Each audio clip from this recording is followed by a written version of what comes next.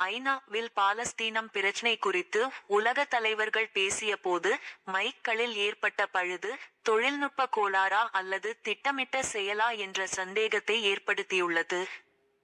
ஐநா பொது சபையின் 80வது ஆண்டு கூட்டம் அமெரிக்காவின் நியூயார்க்கில் நடக்கிறது. இதில் பாலஸ்தீனத்தை தனி நாடாக அங்கீகரிப்பது, காசா மோதலை முடிவுக்கு கொண்டு வருவது குறித்து விவாதிக்கப்படுகிறது.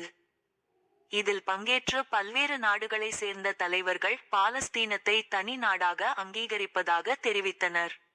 மேலும் காசா மீதான போரை மேற்காசிய நாடான இஸ்ரேல் உடனடியாக நிறுத்த வேண்டும் எனவும் வலியுறுத்தினர்.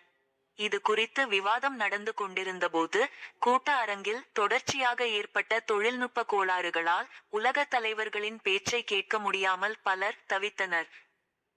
குறிப்பாக துருக்கி அதிபர் எர்டோகன் காசாவில் நடப்பதை இஸ்ரேலின் இனப்படுகொலை என்றும் பாலஸ்தீனத்தை உடனடியாக அங்கீகரிக்க வேண்டும் என்று வலியுறுத்தியபோது அவரது மைக் துண்டிக்கப்பட்டது.